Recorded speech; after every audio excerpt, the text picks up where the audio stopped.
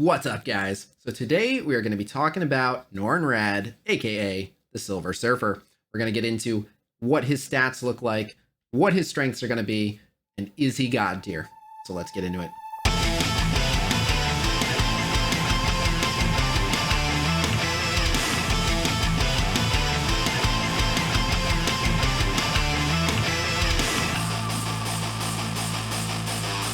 Alright, so today we're going to be talking about Norrin Radd, aka the Silver Surfer.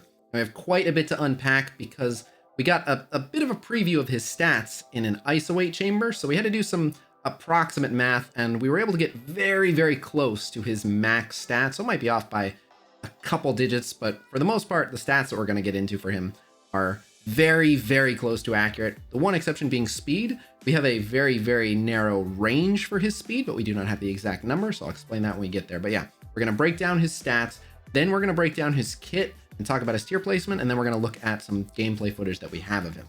So we'll start with the stats. His stats are absolutely incredible. In fact, the worst stat that he has, believe it or not, is his speed. And that's kind of misleading because his passive is going to give him a ton of speed anyway. But even forgetting the extra speed that he gains in his passive, we know that his speed is somewhere between 122 and 127. So even if we assume that it's on the lower end at only 124, that would put him in the 88th percentile for speed. And again, that is the area where he is struggling the most, and he's not really struggling.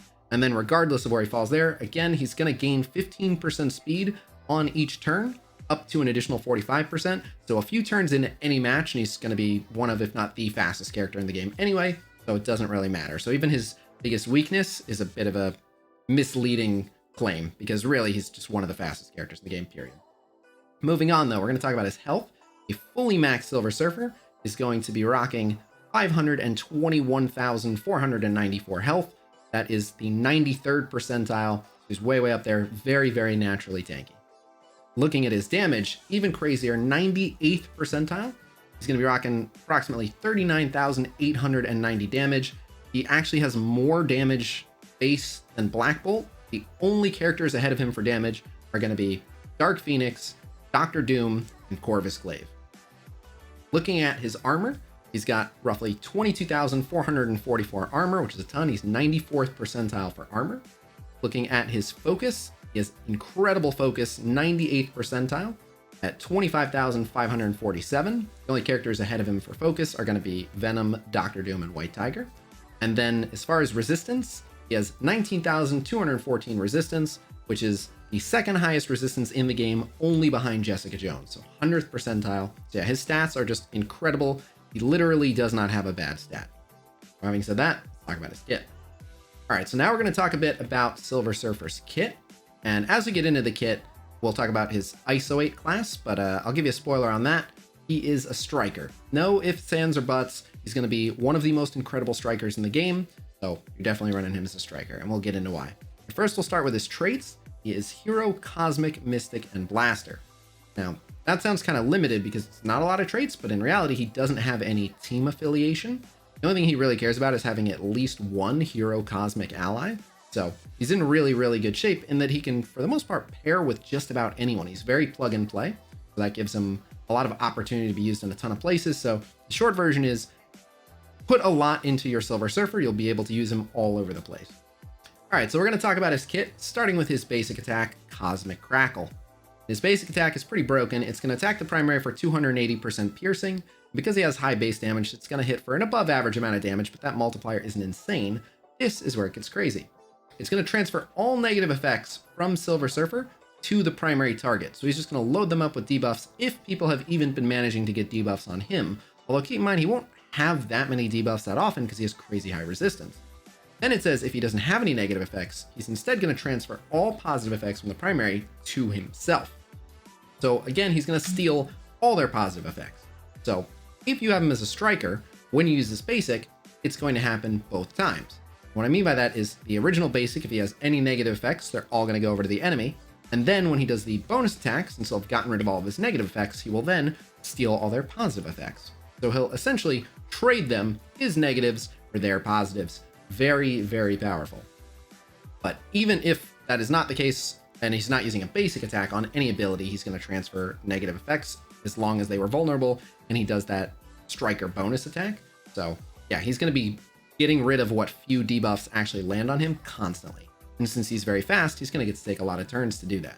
All right, taking a look at his special, Sentinel of the Spaceways. This is energy cost 5 out of 5, but it's ready on turn 1. He's going to attack the primary target for 600% piercing and apply Disrupted for 2 turns. Then he's going to attack all adjacent targets for 200% piercing and apply defense down, and of course it can't be countered. So what's interesting about this is it doesn't do a ton of damage to the adjacent targets, and while it does defense down them, it does not defense down the primary target, but it does nuke the primary target for a ton of piercing, and it's going to disrupt them for 2 turns. So because he is pretty quick out the gate, he's going to be able to drop this on a lot of characters before they get their first move. It's very powerful. Looking at Silver Surfer's ultimate ability, Event Horizon. It's energy cost 6 out of 6, but it is ready on turn 1, which means you can actually hold his special until turn 2 if you want, and you will be able to get his special in ahead of even many of the fastest characters in the game, because after taking his first turn, he's going to gain 15% speed, which we'll talk about more in his passive. But yeah, you can basically go after a character using his ultimate on turn 1, and then go ahead of that character to land the special and disrupt them for turn 2. But looking at the ultimate, he's going to attack all enemies for 350% piercing. He's going to clear immunity from all enemies, and he's going to apply heal block for 2 turns to all enemies. So he is going to land this heal block, because what really would stand in the way of him landing that heal block would be an immunity. He's just going to get rid of that. He's also going to clear all charge and all positive effects and 2-turn ability block the primary target. So he's going to particularly cripple one individual, and this sounds like it's going to be really, really effective against several teams, in particular Doc Ock as part of the Sinister Six. In addition, it's going to be really, really good against Emma and or Mr. Sinister when you're facing the Marauders in war. But yeah, being able to get rid of immunities, definitely apply heal block, and then wipe any charged, wipe any positive effects, 2-turn ability block the primary. Because he's so fast, this is going to be really, really powerful, and it's going to shut down a lot of the top teams out right now. I should also mention that that attack cannot be blocked or counterattacked, so the fact that it can't be blocked means in war, even the deflects won't count for anything. So again, this guy is just a one-man war powerhouse. You can pretty much plug him onto any team and immediately be able to challenge some of the top war defenses in the game right now. So amazing value. All right, and finally, we're going to talk about his passive, the Power Cosmic. There's a good bit to it. On spawn, he's going to get defense up for 3 turns. So again, he's just a total package on his own. He does not need anyone else to protect him. In addition to high health, good armor, amazing resistance, he's just going to have 3 turns of defense up out the gate. So he's very safe. On any turn, he's going to heal for 5% of his max health. In my opinion, this is the most broken aspect of his kit, because he has a ton of health, but on any turn, he's going to heal for 5% of his max. So particularly in modes like Raid and Dark Dimension, where there are a ton of enemies able to take a ton of turns, he literally only needs 20 turns to go by to full heal. So depending on how you have it set up, you might end up in a situation where you fire off like 1 Falcon special, and he just gets full healed by the time any of his opponents actually get a turn. Like, it can get really, really crazy. So I think that is insanely powerful. And in addition to everything else that he's bringing, I think that is probably the most insane aspect of his kit, is how much raw sustain he's just going to have at all times. All right, the next line is on turn, gain 15% speed up to a max of 45% speed. So in addition to already being one of the fastest characters, after 3 turns, he's going to be insanely fast, and it's going to be pretty much on par with like an Ebony Maw that always has speed up. He's just going to be very, very fast. And of course, he can still gain speed up. But yeah, it takes him a few turns to speed up. But for any game modes that go beyond a few turns, he just becomes even more insane.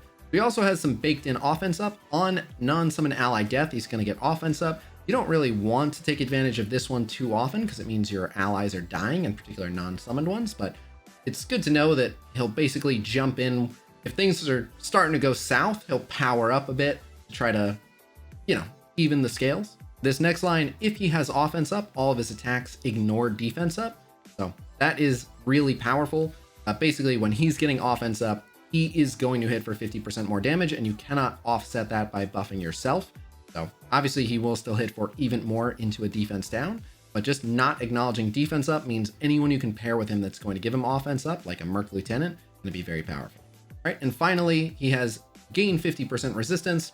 If he has 1 or more villain cosmic enemies, he gets an additional 50% resistance, and gain 50% focus. If he has 1 or more hero cosmic allies, he'll get an additional 50% focus. and he will share that 50% focus with his entire team. It's really nice. So it's a really good way to ensure that whatever team he's on is pulling their weight. And then finally, lower resistance by 50% for all enemies with heal block. But keep in mind that he is going to apply 2-turn heal block to everyone with his opening ability, which can't even be blocked. So he's going to lower their resistance. And then, assuming he has Hero Cosmic allies, he's going to increase not only his own focus, but everyone on his team's focus. And then if he's facing even one villain cosmic enemy, he's going to lower their resistance even more. So yeah, in addition to just being an insane solo character, he's also an incredible team player that fits on pretty much any team, as long as you've got some cosmic on either side of the board, especially. All right, now I'm going to answer a bunch of frequently asked questions that I've been getting about Silver Surfer, starting with what tier do you think you guys are going to place Silver Surfer in? For me, it's a pretty straightforward God tier. He definitely looks like he's going to be one of, if not the best character in the game. So very, very easy to say that he's God tier. And again, he might just literally be the #1 new character. But I'd say like worst case scenario, he's going to be like the 3rd best new character in the game. So you can pour tons of resources into this guy without worrying about it. All right, the next thing I want to mention is about his red stars, because there's been some confusion. Some people have been theorizing that his red stars won't be traditionally available, or that you'll have to get his red stars with a special currency like with Ultron.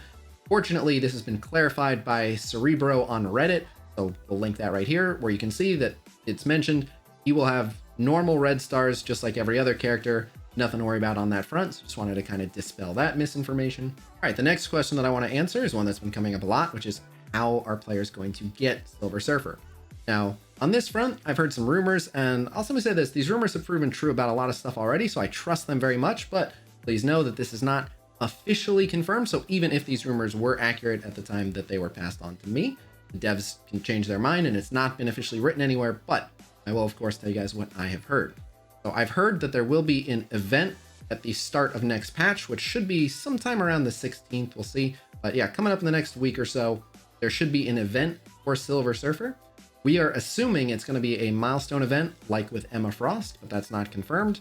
However, what I have heard is after the initial event making him available, his new home, at least their current plan is to make his new home as a reward that is part of the overhauled raid season milestones. It looks like he's going to be a slow grind as a result of raid season milestones, and so your incentive to push really hard during the raid season will be to slowly accrue some Silver Surfer shards. So again, don't know if it's actually going to pan out that way, but that's what I've heard, and I believe that to be true at this time. But all right, so there you have it, my preliminary thoughts on Silver Surfer. In short, he's going to be one of the most broken, overpowered characters in the game, so I am ready for him to come to Marvel Strike Force. But on that note, if you have any questions about anything we talked about or anything else, please let me know in the comments below. Otherwise, thank you very much for checking out this video. Please be sure to like, subscribe, and hang 10, and I will see you guys real soon. Till next time.